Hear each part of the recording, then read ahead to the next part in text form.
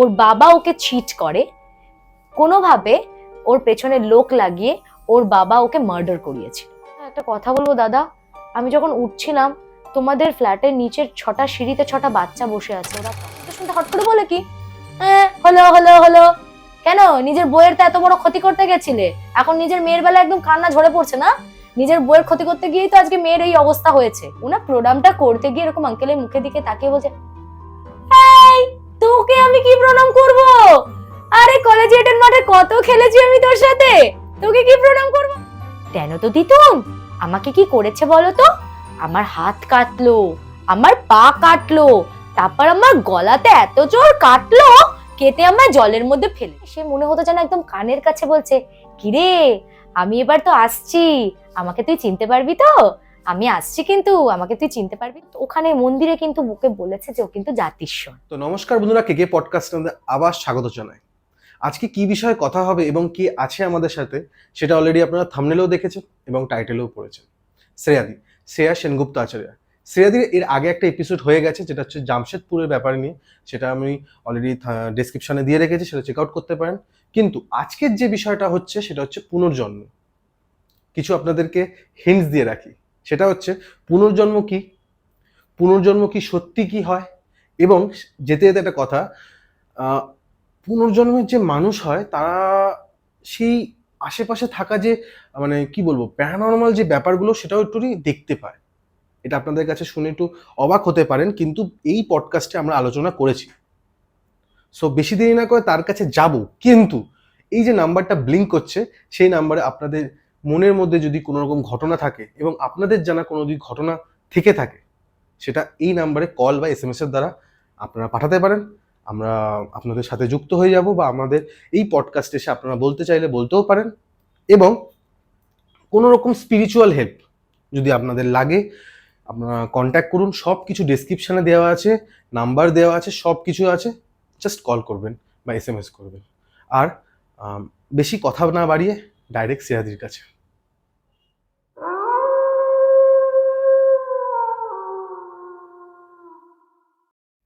দিদি কেমন আছো? চলছে, ভালোই আছি। আগেরটার আমাদের একটা ভৌতিক এপিসোড হয়েছিল, এক্স্যাক্টলি। তারপর আজকে আমরা কি শুনবো তোমার কাছে? আজকে আর ভূতে যাব না, সব সময় নেগেটিভিটিস নিয়ে আমার আলোচনা করতে ভালো লাগে না। আজকে একদম অন্য রকম কিছু বলি। আজকে আমি ভাবছি রিইনকার্নেশন নিয়ে কথা বলবো। আমাদের দর্শক বন্ধুরা অনেকেই পাস্ট লাইফ রিগ্রেশন থেরাপি বা রিইনকার্নেশন এগুলো নিয়ে খুব বেশি ইন্টারেস্টেড। তো আমার মনে হয় যে আজকে একটু অন্য ঘরানাতে আমি যদি গল্পগুলো বলি তাহলে হয়তো আরো বেটার সাউন্ড করবে। চলো লেটস। আচ্ছা, আজকে আমি যে ঘটনাটা বলছি এটা আমার একজন খুব ক্লোজ দিদির ঘটনা। হ্যাঁ, এবার এই দিদি আমার যেহেতু একদম পারিবারিক একটা ব্যাপার, এবং গ্র্যাজুয়ালি আমি যত স্টোরিটা শেয়ার করব তত তুই বুঝতে পারবি যে আমি কেন নাম বা এক্সাক্ট লোকেশন কোনো কিছু খুব বেশি ডিটেলিং করতে পারছি না। হ্যাঁ, সেটার পেছনের কারণটা বুঝতে পারবি। আমার যে দিদি, সেই দিদির বর্ন এন্ড ব্রট আপ হচ্ছে তোর হালিশহর। দিদির বাবার পৈতৃক যে বাড়ি সেটা হচ্ছে কৃষ্ণনগরে, নদিয়ার কৃষ্ণনগরে হাতারপাড়া বলে একটা জায়গা আছে। সেই হাতারপাড়াতে হচ্ছে ওই দিদিদের আদি বাড়ি। হাতারপাড়ার ওই বাড়িটা মানে সেই দিদির দাদুর আমলের, এবং দাদুর 3 ছেলে ছিল। বড় ছেলে মানে ওর যে বড় জেঠু, মেজো জেঠু, আর একদম ছোট কাকু হচ্ছে দিদির বাবা। দিদির বাবা বৈবাহিক সূত্রে এবং কর্মসূত্রে পরবর্তীতে হালি শহরে শিফট করে যায়। বাকি ওনার যে বাকি 2 জেঠু ছিলেন, ওই 2 জেঠু এবং তার যে কাজিনরা, তারা কিন্তু সবাই ওই হাতারপাড়ার বাড়িতেই বড় হয়েছে। ওকে, এবার ওই বাড়িটার ঠিক অপোজিটে, মানে ওই হাতারপাড়ার যে বাড়িটার কথা বলছি তাদের ঠিক অপোজিটে আগেকার দিনে নদিয়াতে প্রচন্ড নকশাল একটা জামানা ছিল, জানিস তো, তাদের একটা আধিপত্য ছিল। তো ওই একজন নকশাল কোনো লিডার ছিলেন, এবং সে যথেষ্টই আর কি কুখ্যাত না প্রখ্যাত না বিখ্যাত আমি জানি না, মানে তার বেশ একটা ওখানে একটা হোল্ড ছিল, নাম ডাক ছিল, এরকম একটা ব্যাপার পুরো কৃষ্ণনগরে। তো তার বাড়িটা ঠিক ওই হাতারপাড়ায়, ওদের বাড়িটার অপোজিটে। এবার দেখবি আমাদের সামনের বাড়িতেই একদম নেক্সট ডোরে যদি কোনো ছোট গুবলু গাবলু বাচ্চা টাচ্চা থাকে, তারা সারাদিন মোটামুটি হয় না যে আশপাশের বাড়িতেই তাদের কেটে যায়। মানে এখন হয়তো আমরা সেটা করি না, এখনকার বাচ্চারা অনেক বেশি রেস্ট্রিক্টেড হয়ে গেছে, এখনকার বাচ্চারা অতটা তোর ওই এদিক ওদিক ছাড়া বা পাড়ার ওর বাড়িতে যাওয়া টাওয়ার ব্যাপারটা কালচারটা এখন আর নেই, কিন্তু আগেকার দিনে এটা কিন্তু হতোই। পাড়াতে কোনো বাচ্চা মানে সে কিন্তু ওই হাতে হাতেই মানুষ হয়ে যেত। তো ওর যে জেঠুর ছেলে গৌতম, সে অনেকটাই বড়, মানে আমি যে আমার দিদির কথা বলছি, আমার দিদির থেকে সে অনেকটাই বড় আর কি, জেঠু অনেকটা বড়, এবং স্বাভাবিকভাবেই তার বিয়ে অনেক আগে হয়েছে, তো কাজেই সেই গৌতম দাও কিন্তু বয়সে দিদির থেকে অনেকটাই বড়। তো সে মোটামুটি যখন ছোট, ওই যে বললাম ওই যে নকশাল লিডার, উনার বাড়িতে সে বড় হয়েছে আর কি, মানে তার বাড়িতে খাওয়া থেকে তার বাড়িতে ডিনার করা, লাঞ্চ করা, সমস্ত কিছু ওখানে। তো ওই দাদাটার যখন 22 বছর বয়স, দাদাটা না একটু আগুছালো স্বভাবের ছিল, মানে কিরকম বলতো, চুলটা আঁচড়াতে বললে হুটো পাটায়, শুধু ওই সামনের দিকটা কম করতো, মানে খুব যে সুন্দর পরিপাটি করে চুলটাকে সময় নিয়ে আঁচড়াবে তা না, সামনেটা কোনো মতে একটু আঁচড়ে নিয়ে বেরিয়ে পড়তো। আরেকটা, দাদাটার বরাবরের অভ্যেস ছিল বাঁ দিক ডান দিকটা অনেকের দেখবি বড় হলেও গুলিয়ে যায়, এটা কিন্তু অনেকের সাইকোলজিক্যাল একটা ডিসঅর্ডার থাকে, হ্যাঁ।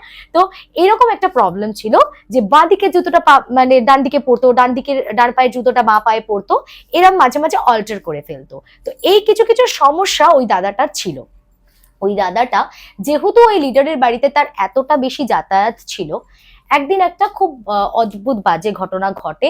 সেটা ওই যখন উনার 22 বছর বয়স তখনকার কথা বলছি, মানে তখন ধর দিদির হার্ডলি 12 থেকে 13 বছর বয়স হবে, তার বেশি নয়, সবে হয়তো টিনেজে ঢুকেছে, মানে এই দিদি যার কথা আমি বলছি সে তখন 13 বছরে ঢুকেছে, আর তখন ওই দাদার 22 বছর বয়স। সেই সময়ের একটা ঘটনা, দাদাটা গেছিল হচ্ছে ওর ফ্রেন্ড সার্কেলকে নিয়ে মুভি দেখতে, এবং তখনও তো এখন যেমন সিনেমা হলগুলো সব উঠে টুটে যাচ্ছে, তখন কিন্তু সিনেমার কালচারটা ছিল, হলে সব বন্ধুরা মিলে মুভি টুভি দেখতে যাওয়ার ব্যাপারটা ছিল সন্ধে হলে। দাদাটা কোনো একটা সন্ধেবেলায় মুভি দেখতে গেছে, ওকে বাইরে থেকে কেউ একজন এসে ডাকে যে তোকে অমুকজন ডাকছে, একটু বাইরে আয়। ও বোধহয় ইন্টারভেলের টাইমে ওখানে তখন বেরিয়ে চলে যায়, আর তাকে খুঁজে পায়নি। বন্ধুরা বাড়ি চলে এসেছে, বাড়ি এসে বলছে যে মিসিং, এরকম আমরা তন্ন তন্ন করে খুঁজলাম, আশপাশে কোথাও তাকে পাইনি। পরদিন সকালবেলা সেই দাদাটার ডেড বডি পাওয়া গেছিল খোরে নদীর ধারে, কৃষ্ণনগরে খোরে নদীর ধার, যারা কৃষ্ণনগর নদিয়া থেকে শুনবে সবাই এটা চিনবে, ঠিক আছে, যেখানে ওই জগদ্ধাত্রী পুজোর সময় লাইন দিয়ে সব ঠাকুর বিসর্জন টিসর্জন সব হয়, তো ওই হচ্ছে খোরে নদীর ধারে ওর বডিটা পাওয়া গেছিল। কি অবস্থায় পাওয়া গেছিল বলছি, প্রথমে ওর বডিটাতে কেউ একটা ওর এই বাঁ হাতটাতে কোপ মেরেছে, হাতটা প্রায় খানিকটা ঝুলে পড়েছে। তারপরে কেউ ডান পাটাতে কোপ মেরেছে, সেটাও প্রায় ঝুলে পড়েছে। লাস্ট কেউ ওর গলাটাই একটা কোপ বসিয়েছে, যেখানে ঘাটটা ঝুলে পড়েছে। দিয়ে হাত পা ঘাড় ওই ঝুলন্ত অবস্থাতে বডিটাকে নদীতে ছুঁড়ে দিয়েছে। সামহাও ওই দেখবি নদীর ধারে যে বোল্ডার ফোল্ডার গুলো থাকে, ওই রকম কোনো একটা খাঁজে গিয়ে ওর মাথাটা আটকে গেছে, দিয়ে মাথাটা আটকে গেছে, আর পুরো বাকি বডিটা জলের ওপরে ভাসতে শুরু করেছে। এই অবস্থায় ওর বডিটা রিকভার্ড হয়েছিল। কারণটা সেসবে পরে আসি, ঠিক আছে ঠিক আছে। এবার পরবর্তীতে ইনভেস্টিগেশন চলে বহুদিন ধরে। এই মর্মান্তিক ডেথ, এই যে এতটা মানে বিভৎসতা মৃত্যুটার, এটা কিন্তু তখন যেহেতু দিদিরা তখন অনেক ছোট, আমি বললাম ও তখন টিনেজে ঢুকছে, কোনোদিনই বাড়িতে এতটা বিশ্লেষণ করে কাউকে কেউ বলেনি, ঠিক আছে। মানে ওদের বাড়ি থেকে, কাকা জ্যাঠাদের বাড়ি থেকে কেউ ফোন করে তো বলবে তো এদের কাকা কাকিমাকে, বা এরা তো সম্পর্কে কাজিন হচ্ছে, এরা যখন অনেকটা ছোট বলে তখন তো ওদেরকে এতটা ডিটেলিং কেউ করেনি, যে ঠিক আছে বাচ্চা মানুষ মারা গেছে এটুকুই জানে, ঠিক আছে, but not more than that. আচ্ছা, এবার যতদূর ইনভেস্টিগেশনে ধরা পড়েছিল যে যেহেতু ওই লিডারের বাড়িতে ওর প্রচুর যাতায়াত ছিল, অপোনেন্ট পার্টির লোকেরা ওকে ডেকে নিয়ে গেছিল, এবং তারা বোধহয় ওর কোনো পার্সোনাল ম্যাটারে ওকে জিজ্ঞাসাবাদ করেছিল, যেটা মেবি সেই ইনফরমেশন ওর কাছে ছিল, বা সম্ভবত ওর কাছে সেই ইনফরমেশন ছিলই না। ওদের বাড়িতে যায় মানেই তো এই নয় যে ও ওই লিডার কখন কোথায় যাচ্ছে, কি করছে, কোথায় কি রাখছে, সব ইনফরমেশন গ্যাদার করে বসে আছে, রাইট? তো মেবি ওর কাছে ইনফরমেশন গুলো ছিলই না, ও বেচারা সত্যিই জানতো না কিছু, কিন্তু যেহেতু হয়তো ওকে প্রেশার দিয়েছে, ও বলতে পারেনি, ওকে ওইভাবে অপোনেন্ট কোনো পার্টির পলিটিক্যাল লিডার্সরা ওইভাবে খুন করে ফেলে রেখে চলে যায়। আচ্ছা, তো এই ঘটনাটা ঘটার পর বহু বছর কেটে গেছে, দিদি বড় হয়ে গেছে, দিদি বিবাহযোগ্যা, তার বিয়ে হয়ে যায় ধুমধাম করে, এবং হালিশহর থেকে, তখন হালিশহরেই ওনার বিয়ে হয়েছে, কিন্তু ওনার হাজবেন্ড বোধহয় ডিফেন্সে জব করেন এবং ওনার পাঞ্জাবে পোস্টিং, তো তো দিদির হাজবেন্ড থাকতো পাঞ্জাবে, আর তখন দিদি কনসিভ করেছে। তো বাচ্চাটা হয়েছে, সুস্থভাবে ডেলিভারি হয়ে গেছে। বাচ্চাটা হওয়ার জাস্ট কিছুদিন আগে থেকে দিদি একটা স্বপ্ন পেত, জানিস তো। আচ্ছা, একটা কথা মেনশন করে দিই, যখন যেদিনকে ওই দাদাটাকে মারা হয়েছিল, গৌতম দাকে, সেদিন দাদাটা না একটা হোয়াইট কালারের শার্ট পরেছিল। আর দাদাটার না ফিচারটা ইজ লাইক একদম লিকলিকে, এক একজন হয় না রোগা রোগা টাইপের, ওরকম ছিল দাদাটা। তো দিদির স্বপ্নে ঠিক ওরকমই একটা লিকলিকে রোগা রোগা টাইপের একটা ছেলে, আর সাদা সাদা একটা শার্ট পরা, মুখটা ঠিক মতো দেখতে পেত না, মুখটা হেজি আসতো, মানে ওটা প্রস্ফুটিত ভাবে বুঝতে পারেনি যে এক্স্যাক্টলি কে ছিল, বাট একটা ওরকম স্ট্রাকচার, একটা হোয়াইট কালারের শার্ট পরা, আর তার সাথে ওরকম রোগা রোগা একদম তার ফিচারটা। তো দিদি মাঝে মাঝে স্বপ্ন পেত, আর ওকে এসে মনে হতো যেন একদম কানের কাছে বলছে, কিরে আমি এবার তো আসছি, আমাকে তুই চিনতে পারবি তো, আমি আসছি কিন্তু আমাকে তুই চিনতে পারবি তো। দিদির ঘুমটা ভেঙে যেত। তো তারপর যাই হোক, বাচ্চাটা ইন কোর্স অফ টাইম সময় এসে যায় এবং নর্মালি ডেলিভারি হয়ে যায়। এইবার বাচ্চা বড় হচ্ছে যথারীতি, আস্তে আস্তে বাচ্চার বোল ফুটেছে। বাচ্চাটা যখন 3-4 বছর বয়স, তখন মোটামুটি বাচ্চাটা সুস্পষ্টভাবে কথা বলতে শিখে গেছে, মানে বাক্য গঠনটা বাচ্চাটা শিখে গেছে বেশ। ওদের বাড়িতে একটা পুরনো ফ্যামিলি ফটো ছিল, তাতে মোটামুটি ওই ওর একদম ছোটবেলার দিদি যখন 13 বছর, তখন তো বললাম ওই ইনসিডেন্টটা ঘটেছে, তারও আগের ছবি। সমস্ত ভাই বোনেরা, খুড়তো জ্যাঠতো যত ভাই বোনেরা আছে, সবাই মিলে ওই ফটোটা তুলেছিল, গৌতম দাও ওখানে ছিল ইনক্লুডেড। তো একদিন নাকি তখন ওর 3 বছর বয়স, 3 বা 3.5 এরকম হবে, ওই দিদির মায়ের কাছে, মানে হারি শহরের বাড়িতে দিদুনের সাথে বসে বসে খেলা করছে বাচ্চাটা। খেলতে খেলতে বলছে, ও দিদু দিদু, ওটা কে গো, ওটা কে? তো বলছে, কোনটা? ওইটা ওইটা, ওই যে সাদা জামা পরা, ওইটা কে? তখন বলছে, ওটা ওটা তো তোমার একটা বড় মামা বাবা। দিদু নর্মালি স্পন্টেনিয়াসলি রিপ্লাই ব্যাক করেছে যে ওটা তো তোমার একটা বড় মামা। ওটা তো আমি। দিদু না মানে বলছে, এরম ভাবে রিয়াক্ট করলো কেন বাচ্চাটা, মানে বাচ্চাটা কিন্তু চাইল্ডিশ ওয়েতে রিয়াক্ট করছে। ও বলছে, ওটা তো আমি। আচ্ছা, সেদিনকে না দিদুন ব্যাপারটা অ্যাভয়েড করে যায়, বিষয়টা নিয়ে আর বেশি নাড়াঘাটা করেন। আবার একদিন এরকম খেলছে খেলছে, বাচ্চাটা বড় হচ্ছে আস্তে আস্তে। বাচ্চাটা যখনই না ওই বাড়িতে যায়, তখনই খালি ওই ছবিটার কাছে যাবে, ছবিটাকে দাঁড়িয়ে দাঁড়িয়ে দেখবে আর বলবে, এটা তো আমি, এটা তো আমি। এই করতে করতে বাচ্চাটা যখন ধর 4-4.5 বছর বয়স, একদিন হঠাৎ করে ওর মা আর দিদা বসে আছে, মানে আমার দিদি আর ওর মা বসে আছে পাশাপাশি। কেন তো দিতুন, আমাকে কি করেছে বলো তো? আমার হাত কাটলো, আমার পা কাটলো, তারপর আমার গলাতে এত জোর কাটলো, কেটে আমার জলের মধ্যে ফেলে দিল। মানে বিশেষ করে দিদির থেকেও দিদুন পুরো শিউরে উঠেছে, কারণ দিদুন এই ব্যাপারের মর্মান্তিক এই যে ঘটনাটা ঘটেছিল অতটা ডিটেলিং জানতো। দিদুন কিন্তু কোনোদিন দিদি ভাইকেও বলেনি, কারণ দিদি ভয় পাবে বলে, বা এতটা নৃশংসতাটা কখনো এক্সপ্লেনই করেনি। এটা পরবর্তীতে বড়রাই বাড়ির একমাত্র শুনেছিল। তো সেটা ওই বাচ্চাটা কি করে জানতে পারে? এবার দিদুন তখন হাতটা চেপে ধরে দিদিকে বলছে, তুই বাইরে চল তো। বলছে, কি মা, ও কি বলছে এসব? বলছে, আমি তো বুঝতে পারছি না, ও এতটা অ্যাকিউরেট এইসব ব্যাপারগুলো জানলো কি করে? ও তো ঠিক বলছে জানিস তো, ওকে এরকম হাত কেটে, পা কেটে, মাথাতে কোপ বসে এরকম ভাবে ফেলে দেওয়া হয়েছিল জলের মধ্যে। বাচ্চাটা কি অবলীলায় বলে যাচ্ছে, আমার হাত কাটলো, পা কাটলো, তারপরে গলায় কোপ দিল, দিয়ে আমাকে জলে ফেলে দিল। ওরা না মানে ঠিক বুঝতে পারছে না কিভাবে রিয়াক্ট করবে। তো তারপরে দিদি বলছে, মা ওকে তাহলে আমরা একটু মন্দির টন্দিরে নিয়ে যাই, ঝাড়িয়ে টাড়িয়ে নেবো। মানে ওরা ভাবছে পোজেস টোজেস হলো নাকি অন্য কোনো সোল টোল দ্বারা। তো গেছে নিয়ে, তো ওখানে মন্দিরে কিন্তু ওকে বলেছে যে ও কিন্তু জাতিস্বর। ও বলছে বলুক, আপনারা ওর কথায় গুরুত্ব দেবেন না, ওকে ওর বিষয়গুলোকে অ্যাভয়েড করে যাবেন। বছর 5 পরে আস্তে আস্তে দেখবেন ভুলে গেছে আর কেটে গেছে, এগুলো অতটা মনে থাকে না। দেখ, এই জিনিসটা কেউ মানুক বা না মানুক, আই বিলিভ, এবং আমার একটা খুব মানে একটা নিজস্ব আমি কনসেপ্ট বলছি তোকে, আমি যদি খুব সরলীকৃত করে বিষয়টাকে বলি, ধরে নে আমার সোল হচ্ছে একটা সফটওয়্যার, আর যদি আমার বডিটা আমি একটা হার্ডওয়্যার কনসিডার করি, তাহলে আমার সফটওয়্যারে তো প্রচুর ডেটা স্টোরড থাকে, রাইট? যখন একটা সোল একটা বডি থেকে পরের কোনো মানে পরের জন্মে আর একটা বডিতে ট্রান্সফার হচ্ছে, তখন কি হয়, তার প্রিভিয়াস যে স্টোর ডেটাবেসটা সেটা ডিলিট হয়ে যায়। এবার যদি ধরে নিই যে ওর বডি মানে সফটওয়্যারটা হার্ডওয়্যার চেঞ্জ করেছে, একটা সফটওয়্যারটা একটা হার্ডওয়্যার থেকে আরেকটা হার্ডওয়্যারে শিফট করেছে, কিন্তু কোথাও গিয়ে হয়তো ওর প্রিভিয়াস ডেটাটা ওটা ডিলিটেড হয়নি, ঠিক আছে, সেটা থেকে গেছে।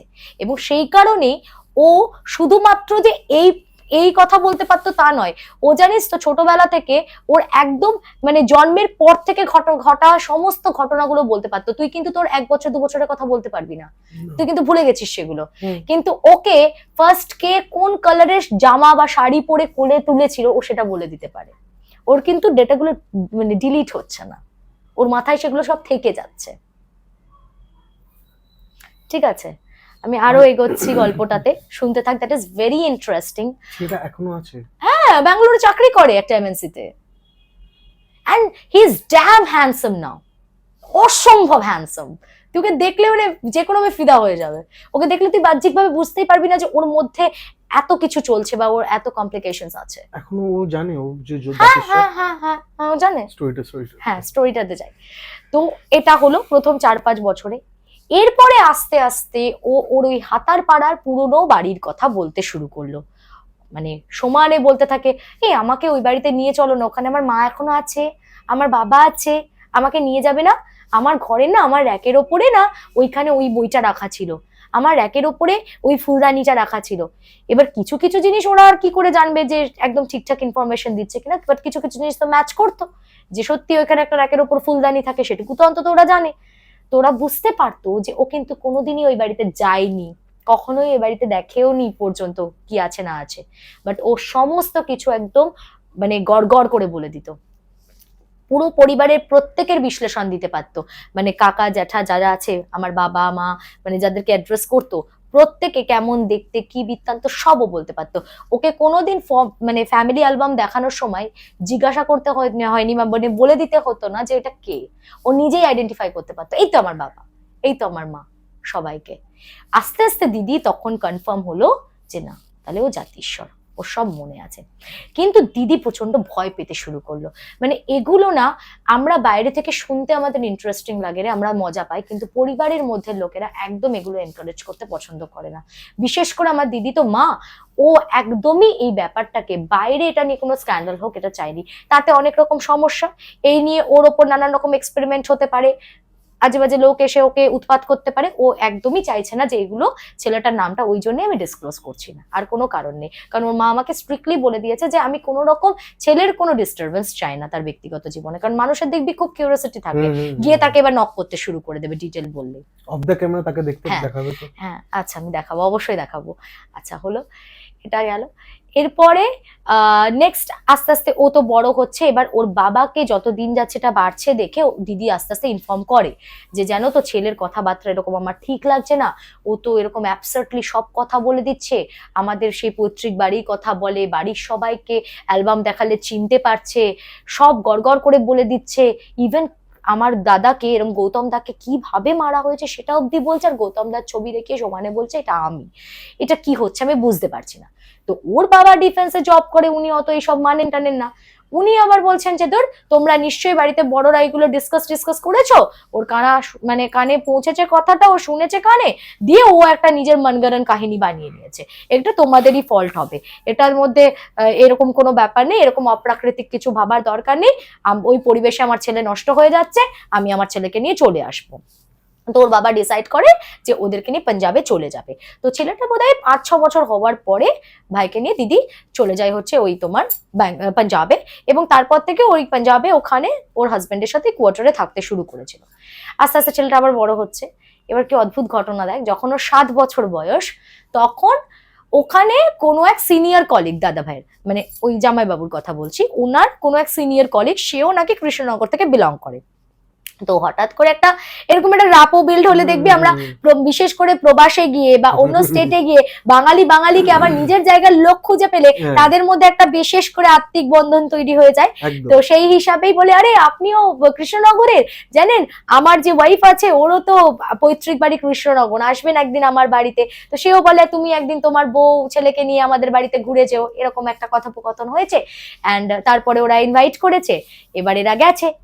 তো বলে ছেলেটা ঢুকেছে, এবার ঢোকার পরে এবার বসতে টসতে যখন দিচ্ছে, তো ছেলেটার মাটা মানে আমার দিদি ওকে বলছে যে বাবু যা গিয়ে প্রণাম কর আঙ্কেলকে। ওনা প্রণামটা করতে গিয়ে এরকম আঙ্কেলের মুখের দিকে তাকিয়ে বলছে, এই তোকে আমি কি প্রণাম করব, আরে কলেজিয়েটের মাঠে কত খেলেছি আমি তোর সাথে, তোকে কি প্রণাম করব আমি, বলে না ও সাট করে বেরিয়ে খেলতে চলে গেল। সবাই ওর অ্যাটিটিউড দেখে, একটা 7 বছরের বাচ্চা মানে না যে তাচ্ছিল্য করে, ধর তোকে তোকে কি প্রণাম করব, কলেজিয়েটের মাঠে কত খেলেছি তোর সাথে, তোকে প্রণাম করব। ওই লোকটা না পুরো স্টান্ড, মানে কাকুটা ভাবছে এটা কি হচ্ছে, কে এটা। ও ভাবছি মেন্টালি কোনো প্রবলেম না মেন্টালি প্রবলেম ভাবেনি, একদমই না, ভাবেনি এটা ভাবেনি। কাকু বলছে ও কলেজিয়েটের মাঠে আমরা খেলতাম, গল্প করতাম, মানে কলেজিয়েটের মাঠে তো ডেফিনেটলি উনি খেলতেন, গল্প করতেন ওই এক সময় ওনার কলেজ ডেজে, কিন্তু ও জানলো কি করে। কলেজিয়েট কিন্তু একটা খুব নাম করা স্কুল বোধহয় সম্ভবত, নাকি কলেজ আমি জানি না, কলেজের স্কুল মনে হয় কৃষ্ণনগরের কোনো, ঠিক আছে। এটা সবাই জানবে, যারা নদিয়া থেকে দেখছে বা কৃষ্ণনগর থেকে দেখছে সবাই বুঝতে পারবে, আমি প্রত্যেকটা জায়গাকে একদম মানে এক্সাক্ট লোকেশন বলছি আমি। তো তখন ওই দিদি তখন বলছে, আচ্ছা কাকাবাবু একটা কথা জিজ্ঞেস করবো, আপনি মাইন্ড করবেন না কিছু, বলে কিনা, বলে আপনি গৌতম বলে কাউকে চিনতেন। তখন ও রিলেট করতে পেরেছে। তখন ওই কাকু বলছেন কি, আচ্ছা ওর কি মানে বাঁ ডানে কোনো অসুবিধা হয়, ও কি জুতো অল্টার করে ফেলে না পড়তে গিয়ে, তখন বলছে এক্স্যাক্টলি ওর এই সমস্যাটা আছে। তখন ওরা আবার একটা কানেকশন বিল্ড করতে পারে যে তাহলে মেবি এটা গৌতমই ফিরে এসেছে, কারণ ওরও এই সমস্যা ছিল। তখন দিদি বলছে জানেন একদম তাই, ওই রকম ওই চুল আঁচড়াতে গিয়ে সামনেটাকে জাস্ট কোনোভাবে আঁচড়াবে আর পালিয়ে যাবে, কিছুতেই পুরো চুল আঁচড়াবে না, ডায়ে বায়ে তো সবসময় গোলাতে থাকে। তখন উনিও কনফার্ম করেন, তো উনি তো পুরো রীতিমতো ইমোশনাল হয়ে পড়েছিলেন, মানে কেঁদে ফেলার জোগাড়, যে এটাও সম্ভব, মানে এটাও হতে পারে কখনো, এত বছরের পুরনো বন্ধু এরকম একটা বাচ্চার ফর্মে আমার সামনে ফিরে আসতে পারে। বেশ, তো তারপর তো যাই হোক, এই একটা খুব বড় ঘটনা ছিল। দিদি বলছে আমার এতটা নিয়ে সমস্যা ছিল না, ও তখনও ভাবছে যে ঠিক আছে 5-7 বছর বয়স হয়েছে, জাতিস্বর পুরোনো দিনের কথা মনে আছে, আস্তে আস্তে বিষয়টা কেটে যাবে, ও এতটা প্রথমে বদরডি ছিল না বিষয়টা নিয়ে। ওর বদরেশনটা কখন হলো বলতো, আস্তে আস্তে ও রিয়েলাইজ করলো ছেলেটা যে শুধুমাত্র ওর পুরোনো কথা ভুলে গেছে তা নয়, ওর মধ্যে একটা অদ্ভুত ক্যাপাসিটি আছে। ও অনেক সময় এমন কিছু বলতে পারে, ফ্লোতে এমন অনেক কথা বলে বা এমন কিছু দেখতে পায় যেটা ভীষণ, মানে তুই খালি চোখে তুই আমি দেখতে পাচ্ছি না বা সেন্স করতে পারছি না, বাট ও সেন্স করতে পারে, ও দেখতে পায় সেটা। কিরকম, আমি আবার এরকম ধারাবাহিক কিছু ইনসিডেন্টস বললে তুই বুঝতে পারবি ব্যাপারটা। ওর এক বাবার বন্ধু এসছে, সে একটা কোনো নতুন প্রজেক্টে হাত দেবে, তার জন্য কিছু জমি জমার ডিলিং চলছে। তো ও খেলছিল, তখন ও বোধহয় ক্লাস 11-12 পরে এরকম হবে।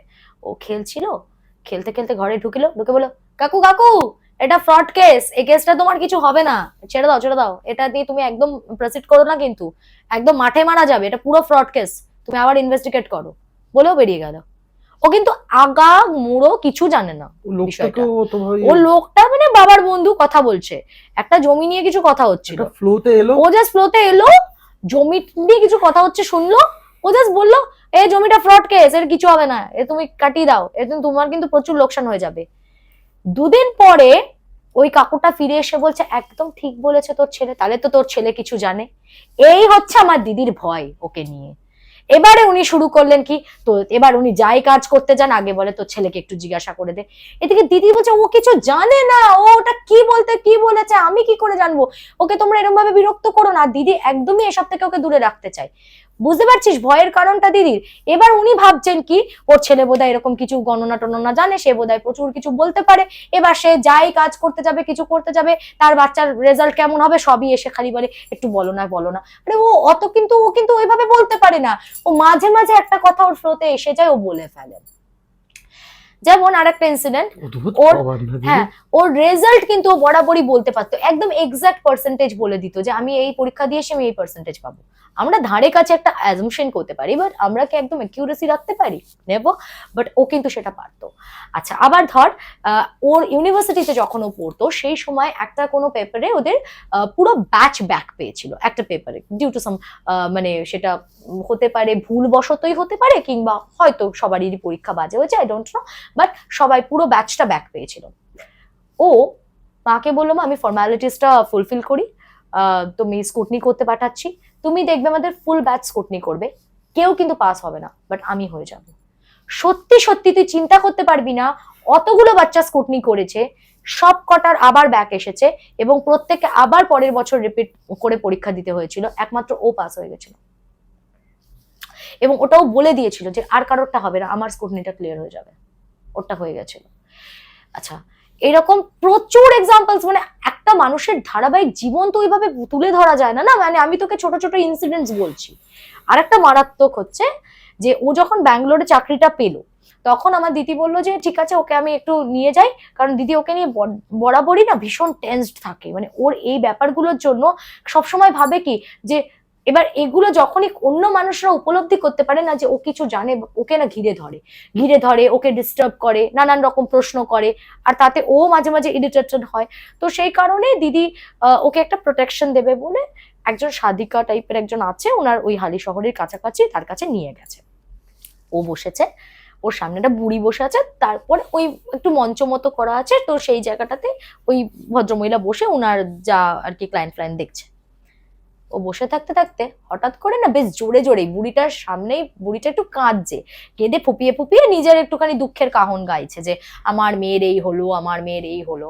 ও পেছন থেকে অনেকক্ষণ শুনতে শুনতে হট করে বলে কি, হ্যাঁ হলো হলো হলো, কেন নিজের বইয়ের তো এত বড় ক্ষতি করতে গেছিলে, এখন নিজের মেয়ের বেলা একদম কান্না ঝরে পড়ছে না, নিজের বইয়ের ক্ষতি করতে গিয়েই তো আজকে মেয়ের এই অবস্থা হয়েছে। ওর মা না এরকম তাকিয়ে বলছে তুই এইসব কি বলছিস, উনি কি তোকে জিজ্ঞেস করেছেন?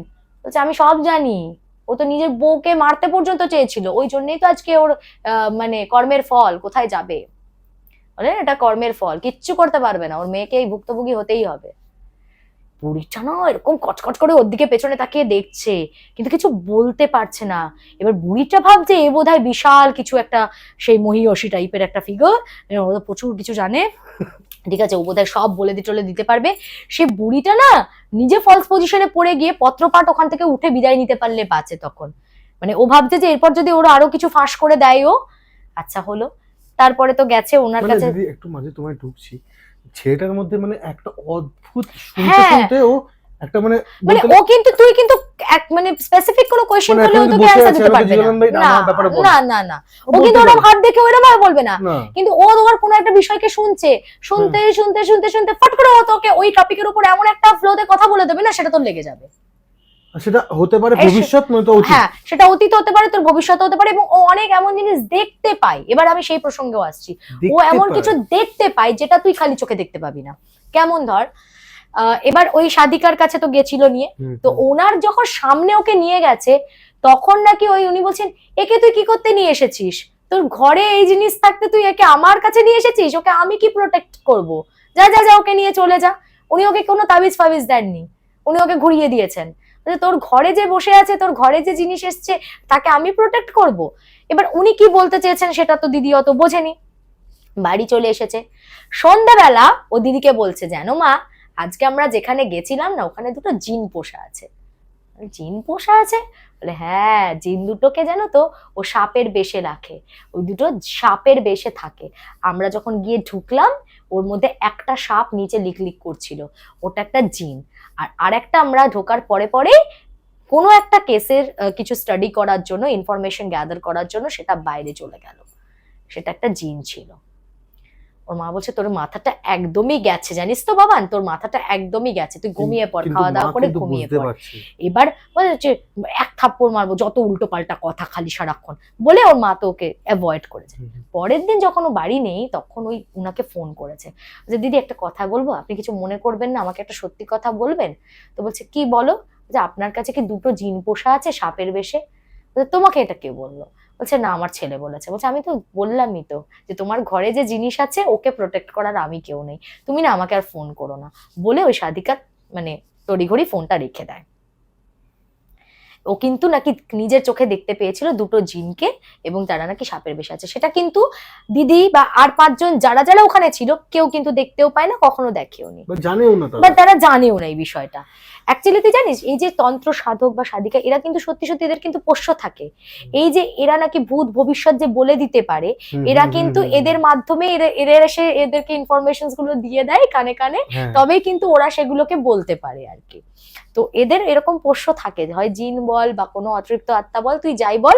তো কিন্তু সেটা তো আমরা তো বুঝতে পারি না, বা আমরা তো অ্যাজ আ ক্লায়েন্ট গিয়ে তো সেটাকে খালি চোখে দেখতে পাই না, সেটা কিন্তু ও দেখতে পায়। আচ্ছা, আর এই যে দেখতে পাওয়াটা দিদি, আমি ওর দেখতে পাওয়াটা কি সব সময় দেখতে পাওয়া না, মানে এটা ওর ধারে কাছে কিন্তু কোনো অপ্রাকৃতিক কিছু থাকলেও সেন্স করতে পারে। হ্যাঁ, এটা কিন্তু সবসময় তুই ধর কোনো রাস্তা দিয়ে যাচ্ছিস, এই জায়গাটা তোর যাওয়াটা ঠিক হবে না, ও কিন্তু তোকে বলবে মা এই রাস্তা দিয়ে যাবো না, অন্য দিক দিয়ে ঘুরে চলো, এই রাস্তাটা না ঠিক লাগছে না। ও সেন্স করতে পারে, ওর ফিলিংসটা মানে ওর সেন্স অর্গান গুলো আমাদের থেকে অনেক বেশি অ্যাক্টিভ, অনেক বেশি স্ট্রং।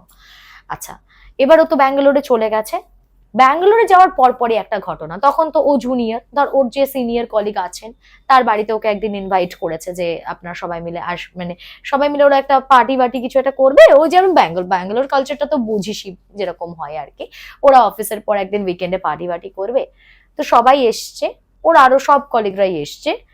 তো উনি অনেক সিনিয়র যার বাড়িতে ওরা গেছে, তো গিয়ে বসেছে।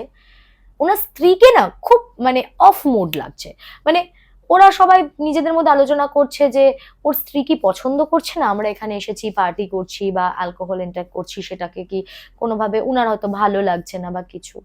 তো সবাই কানাঘুষোটা নিয়ে আলোচনা তো করছে। এবার যখন ওর স্ত্রী কিছুক্ষণ পরে উঠে ভেতরে চলে গেল, দিয়ে দরজা ফরজা লক করে সে তার মতো শুয়ে পড়লো। তো তখন বাকি সব বন্ধুরা বলছে হ্যাঁ রে, তুই যে আমাদের ডাকলি, তোর বউ কি অফেন্ডেড? যদি তুই এরকম প্রবলেম থাকে তাহলে আমাদের বলতে পারিস, আমরা নেক্সট টাইম থেকে তোর বাড়িতে প্ল্যান করবো না, কোনো ব্যাপার না। তখন বলছে না না, ব্যাপারটা ঠিক তা না, আসলে তোরা বুঝবি না রে, ওর অন্য প্রবলেম আছে। সঙ্গে সঙ্গে ও তখন বলছে, মানে আমার ভাইটা তখন বলছে, আচ্ছা একটা কথা বলবো দাদা, আমি যখন উঠছিলাম তোমাদের ফ্ল্যাটের নিচের 6টা সিঁড়িতে 6টা বাচ্চা বসে আছে, ওরা কারা? ওনা জাস্ট বলছে তুমি কি দেখেছো, 6টা বাচ্চা দেখেছো? বলছে হ্যাঁ।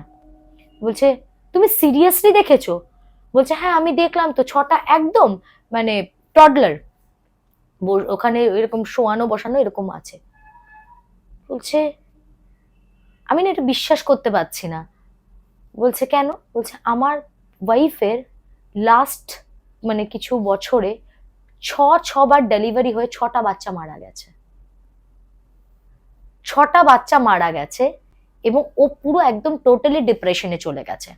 একটা মা, সে বারবার কনসিভ করেছে, তার 6বার ডেলিভারি হয়েছে এবং হয়ে সদ্যজাত বাচ্চাগুলো 6বারই মারা গেছে। কিন্তু ওই 6টা সোলই কিন্তু আছে। ওর মা যে এতটা ডিপ্রেসড হয়ে গেছে না, ওর মার মধ্যে তার মানে কিছু একটা ওর মা হয়তো ফিল করতে পারে, বা উনি না কেমন একটা আত্মভোলা একটু উন্মাদ টাইপের হয়ে গেছেন।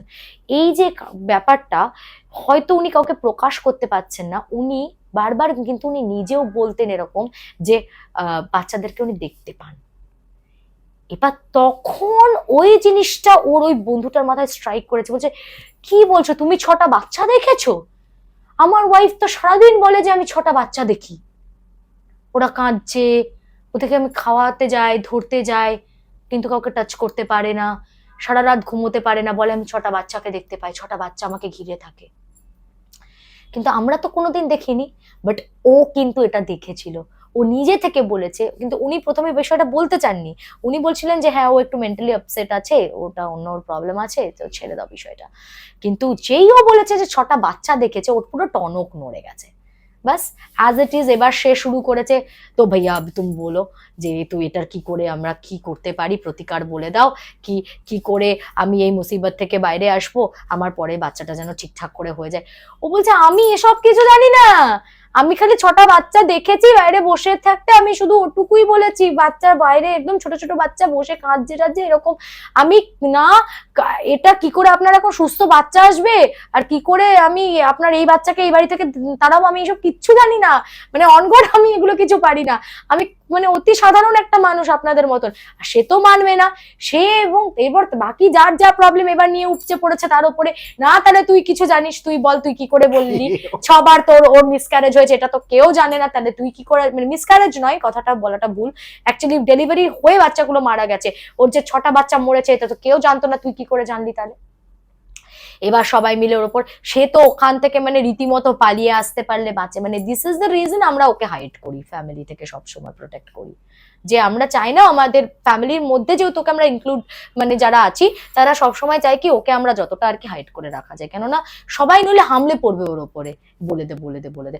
কিন্তু সবাই এটা বুঝতে চায় না যে ও কিছু বলার স্টেটেই নেই, ও কিন্তু এমনিতে তুই একটা প্রশ্ন করলেও বলতে পারবে না, ওর মাঝে মাঝে ওর কিছু কথা নিজে থেকেও বলে ফেলে, এটা কি করে ও বলে সেটা ও নিজেও জানে না, ঠিক আছে। কিন্তু ওর কি এখনো সেই জিনিসটা রয়েছে? এখনো এটা তো তোকে আমি একদম এই ব্যাঙ্গালোর যাওয়ার পরের ঘটনা, হ্যাঁ হ্যাঁ হ্যাঁ হ্যাঁ পুরোনোটা, হ্যাঁ দা যিনি আছেন তার ব্যাপারটা ওনার মনে হ্যাঁ আছে? হ্যাঁ মনে আছে মনে আছে, ও এখনো পর্যন্ত ও জানে, এবং ও জানিস তো কোনোদিনই জিনিসটা ওকে মানে ও ভুলেনি, ও ভুলতে পারেনি, ওই যে ছোটবেলা থেকে ওর মাথাতে ছিল, ও জিনিসটা বারবারই আরো এক্সপিরিয়েন্স করতে থাকে।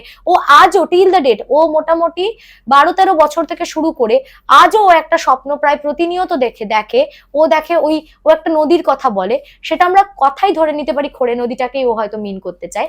ও দেখে ও একটা নদীর ধারে একটা সাদা জামা পরে একটা রোগা ছেলে বসে আছে, ও বারবার ওর কতবার ওর মাকে বলেছে, মা জানো আমি না একটা নদীর ধারে বসে আছি, কিন্তু মা আমাকে না আমার মতো দেখতে না, আমাকে আমার মতো দেখতে যেটা ও না। দেখছে, হ্যাঁ মানে ও স্বপ্নে যাকে দেখে তাকে ওই গৌতম মামার মানে গৌতমদার মতো দেখতে পায়, বুঝতে পেরেছিস?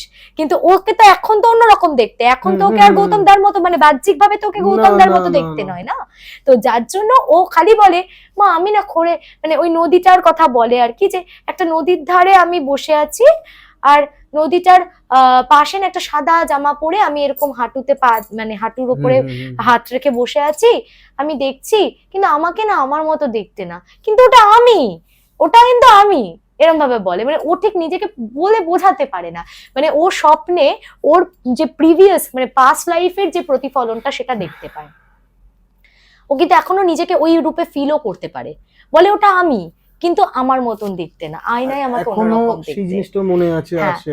এই রিসেন্ট ওর ব্যাঙ্গালোরে একটা ঘটনা ঘটেছে জানিস কি অদ্ভুত, দেখ ও বয়স কত জানতে পারি? মানে এখন কত হবে এক্সাক্ট এজটা না হলেও মোটামুটি ওই ধরে নে 26-27 এরকম হবে। বেশি বয়স না? না না বাচ্চা ছেলে তো, একদম ইয়াং, একদম বাচ্চা ছেলে, তোকে বলছি না একটা হ্যান্ডসাম ছেলে, মানে মেয়েরা দেখলে ওকে ফিদা হয়ে যাবে, এতটাই কিউট ও, মানে এমনি কথাবার্তা নরমাল একদম নরমাল একদম নরমাল, ভীষণ মিষ্টি, একটু মানে হঠাৎ করে শুনতে হ্যাঁ ইভেন তোকে যখন কথাগুলো বলবে কোনো বাবাজি মাতাজির মতো, নট লাইক দ্যাট, মানে বাবাজি না হ্যাঁ আপনার সাথে অমুক হতে পারে তমুক হতে পারে, ও কিন্তু ক্যাজুয়ালি বলছে এই কেসটা নিও না, এটা কিন্তু তোমার ফ্রড কেস, ও কিন্তু কেটে যাবে, মানে একদম তোদের মতোই কথা বলে ও, একদম নর্মাল সবকিছু ওর মধ্যে, তুই কোনো মানে ওর সাথে কথা বলার সময় কোনো এমন কিছু এক্সক্লুসিভনেস পাবি না যেটা তো তোর মনে হবে যে ও something very different from us, বুঝতে পারছিস? তো এইবার লাস্ট, খুব সুন্দর দিদি এটা, মানে আমার শুনে যতটা ভালো লাগছে এবং ভয় পাচ্ছি, আমি এটাও বুঝতে তার মায়ের উপর কত, তার মা, ওর মা কিন্তু একদম ওকে ডিসক্লোজ করতে চায় না একদম। এই রিসেন্ট একটা ঘটনা বলি শোন, একদম এই রিসেন্ট পাস্টে একটা ওর ব্যাঙ্গালোরে বন্ধুদের সাথে বোধহয় রাত্রিবেলা পার্টি করে কোনো একটা রাস্তা দিয়ে ফিরে ওর একটু স্মোক করতে ইচ্ছা হয়েছে, তো স্মোক করবে বলে গাড়িটাকে মানে সাইড করে দাঁড় করিয়েছে একটা আন্ডার কনস্ট্রাকশন বিল্ডিং এর পাশে। এবার তখন কনস্ট্রাকশনের কাজ বন্ধ হয়ে গেছে, কিন্তু লেবাররা ওই একটা জায়গায় বাল্ব জেলে নিজেদের খাওয়া দাওয়া রান্না করে না, যারা থাকে যে লেবাররা ওই আন্ডার কনস্ট্রাকশন বিল্ডিংটার মধ্যেই দেখবি অনেক লেবাররা তারা সবাই মাদুর টাদুর বিছিয়ে ওখানেই থেকে যায়, খাওয়া দাওয়া করে, তো ওরকম ওরা একটা জায়গায় খাওয়া দাওয়া করছে সব, আর ওর পাশে একটা ঝোপের মতন আর বেশ কিছু কুকুর ওই জায়গাটাতে।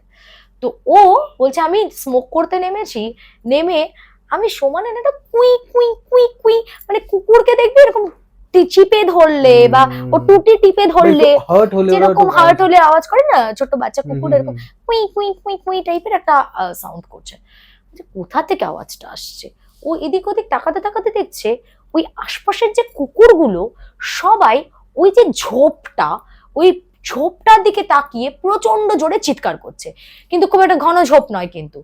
এবার ও দেখছে লেবার গুলো না এরকম ভাবে তাক ঝাঁক করছে, পাশেই তো একদম দেখছে এরকম যে কুকুরগুলো, এবার লেবার গুলো দেখছে কুকুর চিৎকার করছে কুকুরের মতন, ওরা অত গুরুত্ব দিচ্ছে না বিষয়টা। ও যে ঝোপটার দিকে তাকিয়েছে, ও বলছে আমি একটা জিনিস দেখেছি, আমি বুঝলাম যে ওটা আমি ছাড়া কুকুরগুলো হয়তো দেখতে পাচ্ছিল, ওরা ওই জন্য চিৎকার করছিল, বাট লেবার গুলো কিন্তু দেখতে পাচ্ছে না। আমি দেখছি একটা ওই রকম বাচ্চা একটা ছোট্ট কুকুরকে এরকম মুখে করে কামড়ে ধরেছে। কে বলতো, একটা সাদা চামড়া, পুরো সাদা ফ্যাটফ্যাটে চামড়া, লিকলিকে লিকলিকে একটা ফিগার, চোখ দুটো মানে বিগ আইজ হলে যেরকম হয় না, খুব বড় বড় ড্যাবা ড্যাবা চোখগুলো, আর কান দুটো এরকম খানিকটা কুলোর মতো, একটা পুরো টিংটিঙে লিকলিকে একটা ফিচার, তার পুরো একদম সাদা চামড়া, ফ্যাট ফ্যাট করছে, কানগুলো এরকম কুলোর মতন, আর তার সাথে এই চোখগুলো একদম ড্যাবা ড্যাবা যেন ঠিকরে বেরিয়ে আসছে। ওই জিনিসটা এরকম একটা কুকুরকে মুখ দিয়ে চিপে ধরেছে। আমি স্মোক করতে করতেও বলছে যে যেই আমি তাকিয়েছি, ওটাও না আমাকে এরকম ভাবে দেখলো, দেখেই যেন সেট করে মনে হলো ভ্যানিশ হয়ে গেল, আর কুকুরের বাচ্চাটা ধপ করে মাটিতে পড়ে গেল। মানে ওই জিনিসটা যেন মনে হলো মুখ থেকে ছেড়ে দিয়ে সেট করে ভ্যানিশ হয়ে গেল, বাচ্চাটা নিচে পড়ে গেল। তো ঝোপটার মধ্যে ওরকম একটা অদ্ভুত জিনিস দেখলে লেবাররাও রিয়াক্ট করার কথা, কিন্তু ওরা দেখছে, কিন্তু তাকাচ্ছে ঝোপের দিকে যে কুকুরগুলো এত কেন চেঁচাচ্ছে, কুই কুই করছে। হ্যাঁ, ঝোপের মধ্যে ধর কুকুরের বাচ্চাটার বুঝতে পারবি না তুই, কিন্তু একটা সাদাটে ফিচারটা তো তুই বুঝবি, ওটা তো তুই বুঝতে পারবি। ও প্রথমে মুখে কুকুরের বাচ্চাটাকে বুঝতে পারেনি, কুকুরের বাচ্চাটা কুই কুই কুই কুই সাউন্ড করছে, ঠিক আছে, ওটা নয় ঝোপের ভেতরে অন্ধকারে কালো রংটা মিশে গেছে, কিন্তু ওই যে বিভৎস সাদা ব্যাপারটা, আর ওইটাকে যদি তুই বল কোনো নর্মাল মানুষ দেখে, সে রিয়াক্ট করবে না। তার মানে লেবার গুলো দেখতে পাচ্ছে না পেছনের দিক থেকে, তাই তারা রিয়াক্টও কিছু করছে না, এমনি তাক ঝাক করছে, দেখছে কুকুর চেটাচ্ছে, ওরা এড়িয়ে গেছে ব্যাপারটা। ও বলছে আমি নিজে দেখলাম ওই কুই কুই করলো বলে, আমি প্রথমে মুখের কুকুরটা ও নোটিস করেনি, ও প্রথম দেখেছে কান দুটো, এবার যেন জিনিসটা মনে হলো আস্তে আস্তে উঠছে, তো বুঝে পুরো একটা লিকলিকে ফিচার, ওরকম ড্যাবা ড্যাবা চোখ, কান দুটো কুলোর মতো, বলে নিমেষে এরকম মিশিয়ে গেল, আর কুকুরটা ধপ করে যখন নিচে পড়লো, তখন আমি দেখলাম, বুঝলাম যে কুকুরটা নিচে মুখ থেকে পড়লো। এবার পুরোটাই রাতের অন্ধকারে ঘটা, কিন্তু বলি এতটাই সাদা জিনিসটা যে তুমি পরিষ্কার, তুমি কুকুর ঝোপঝাড় না বুঝতে পারো, কিন্তু ওকে তুমি বুঝতে পারবে, কারণ ওর মানে জিনিসটা স্ট্রাকচারটা এতটা হোয়াইটিশ, বুঝতে পারছিস? কিন্তু ও তখন বুঝেছিল যে এটা আমি কিছু ন্যাচারাল কিছু দেখিনি, ওর এখন আর এগুলো ভয় ডর লাগে না, কেননা ও এত এরকম জিনিস এক্সপিরিয়েন্স করেছে। মানে এরকম তুই ভাব না, ও এরকম 6টা বাচ্চাকে কেউ দেখতে পেলো না, ও উঠতে উঠতে দেখছে 6টা বাচ্চা বসে আছে, ও জিন দেখতে পাচ্ছে খালি চোখে। ও কিন্তু নেগেটিভ জিনিস সব মানে খালি চোখে দেখতে পায়, এবং ও এমন অনেক কথা বলতে পারে, যে সেন্স করতে পারে, এমন অনেক কিছু প্রেডিক্ট করতে পারে, যেগুলো কিন্তু আমরা মানে পারবো না করতে আর কি। তো এটা একটা খুবই অদ্ভুত ইনসিডেন্ট, মানে আমার যেহেতু নিজের একদম খুব ক্লোজ ফ্যামিলির মধ্যে একটা ঘটনা। তো পুনর্জন্ম হয়তো তুই মুভিতে শুনে থাকবি, তুই টিভিতে দেখে থাকবি, জাতিস্বর দেখে থাকবি, কিন্তু অনেকে মানে, কেউ মানে তো মানে, না মানে তো না মানে। তবে যদি তুই আমাকে পার্সোনালি জিজ্ঞেস করিস, আমি কিন্তু মানি, এবং আমি এরকম অনেক কেস স্টাডি করেছি, মানে পাস্ট লাইফ রিগ্রেশন থেরাপির ওপরে। এই রিসেন্ট একটা পাস্ট লাইফ রিগ্রেশন থেরাপির ওপরে একটা তোর কেস স্টাডি করেছি। সেখানে একটা ছেলে আর একটা মেয়ে, মানে তারা বিয়ে হয়েছে রিসেন্টলি, তো মেয়েটাই এসছিল মেনলি আমাদের কাছে প্রবলেমটা নিয়ে। তো মেয়েটা আমাকে বলছে যে আমার হাজবেন্ডের সাথে ওর মানে বাবার রিলেশনটা একদম ভালো না, মানে ওর বাবা কিন্তু ছেলেকে অসম্ভব ভালোবাসে, জানিস তো, মানে বাবা ছোট থেকে ছেলেটাকে মানে আর 5টা বাবারা যেরকম বাচ্চাদেরকে কেয়ার করে, সমস্ত কিছু দিয়ে ভরে দেওয়া থেকে স্টার্ট করে, মানে কোনো কিছু ত্রুটি সে রাখেনি, কিন্তু ছেলেটা ছোট থেকেই বাবাকে কিছুতেই পছন্দ করে না। এর কি রিজন সেটা কিন্তু একেবারেই ও মানে অনুধাবন করে উঠতে পারছিল না। বলছে আমার নিজের অড লাগতো যে বাবা মা গায়ে মাথায় হাত বুলিয়ে তাকে খেতে রাখছে, ও যেন বাবা গায়ে হাত দিলেই আরো একটা বিরক্তি, এরকম সেট করে সরিয়ে দিত, ঠিক আছে। তার মানে একটা অদ্ভুত রকমের রিয়াক্ট করতো, ও সবসময় বাবাকে দেখলেই প্রচন্ড ওভার রিয়াক্ট করতো, বা সবসময় বাবাকে প্রচন্ড হেট করতো, মানে ফ্রম কোর অফ হার্ট ও বাবাকে পছন্দ করতো না। ও অনেকবার ওর সাথে কথা বলার চেষ্টা করেছে, ও সাইকোলজি কোনো প্রবলেম ভেবেছে যে কোনো সাইকোলজিক্যাল ইস্যুস হতে পারে, সেই কারণে নিজেও বুঝতে পারছি যে আমি বাবাকে হ্যাঁ কিন্তু ওকে জিজ্ঞেস করলে না, ওকে নাকি এর আগে সাইকিয়াট্রিস্টের কাছে নিয়ে যাওয়া হয়েছে, সাইকোলজিস্টের সাথে কনসাল্ট করা হয়েছে, বারবার ওকে বিভিন্ন ভাবে প্রশ্ন করা হয়েছে যে রিজনটা কি, তুমি তোমার বাবাকে পছন্দ কেন করছো না, এটা হচ্ছে মেন পয়েন্ট। কিন্তু ওর কোনো উত্তর নেই, কিন্তু ওর বাবাকেও ছোটবেলা থেকেই পছন্দ করে না। তো ওই ছেলেটার যখন মানে পাস্ট লাইফ রিগ্রেশন থেরাপি করা হলো, তখন কি দেখা গেল বলতো, ও একটা লাইফ দেখতে পেয়েছিল, যে লাইফটাতে মানে ও দেখেছিল যে ও আর ওর মানে বাবা কোনো একটা বিজনেস পার্টনার, ঠিক আছে। ও একটা লাইফ দেখেছিল, ওর প্রিভিয়াস কোনো একটা লাইফ, যেখানে ও আর ওর বাবা দুজনে হচ্ছে বিজনেস পার্টনার, এবং ওর বাবা ওকে চিট করে কোনোভাবে, ওর পেছনে লোক লাগিয়ে ওর বাবা ওকে মার্ডার করিয়েছিল। এটা কিন্তু পাস্ট লাইফের স্টোরি লাইন, ঠিক আছে। এটা কিন্তু এই লাইফে না, এই লাইফে কিন্তু বাবা ছেলে, এবং বাবা ছেলেকে মারাত্মক ভালোবাসে, কিন্তু ছেলে বাবাকে কিছুতে অ্যাকসেপ্টেন্স দিতে পারছে না। What's the reason? এটাই কেউ ধরতে পারছিল না, এবং এটা নিয়ে ছেলেটা সাফার করতো, ছেলেটা কাঁদতো নিজে নিজে, জানিস, এতটাই কষ্ট পেত যে আমি কেন বাবাকে অ্যাকসেপ্ট করতে পারি না, আমার বাবা তো কোনোদিন এমন কোনো কাজ করেননি যেটাতে আমার এতটা তার প্রতি বিমুখ হওয়ার মতন, আমায় সবসময় আদর করেছে, ভালোবেসেছে, কিন্তু আমার ভেতর থেকেই আসে না, আমি কিছুতেই বাবাকে মেনে নিতে পারি না। তো ওর ওয়াইফ তখন বাধ্য হয়ে আমাদের কাছে এটা কেসটা নিয়ে আসে। তো ওটা দেখা গেছিল থেরাপি করে, যে ও যেটা নিজে দেখেছিল যে পাস্ট লাইফে কি হয়, ওর বাবা ওর বিজনেস পার্টনার, এবং সেখানে ওকে খুন করেছিল সে, মানে ওর বাবা লোক লাগিয়ে। তো সেই যে একটা রাগ, বা ওই যে তোর মানে খুনি আফটার অল না ওর সেই লাইফের, এবার ধর আগে পিছে কোনো কারণে ও হয়তো দেখ খুন হয়েছিল আগে, ওর বিজনেস পার্টনার কিন্তু তার পরে মারা গেছে, কিন্তু এই লাইফে কিন্তু সে ওর বাবা, তার মানে রিবার্থ কিন্তু পরে যে মারা গেছে তার আগে হয়েছে, ও কিন্তু রিবার্থটা পরে পেয়েছে, বুঝতে পেরেছিস? তাই কিন্তু ওর ছেলে।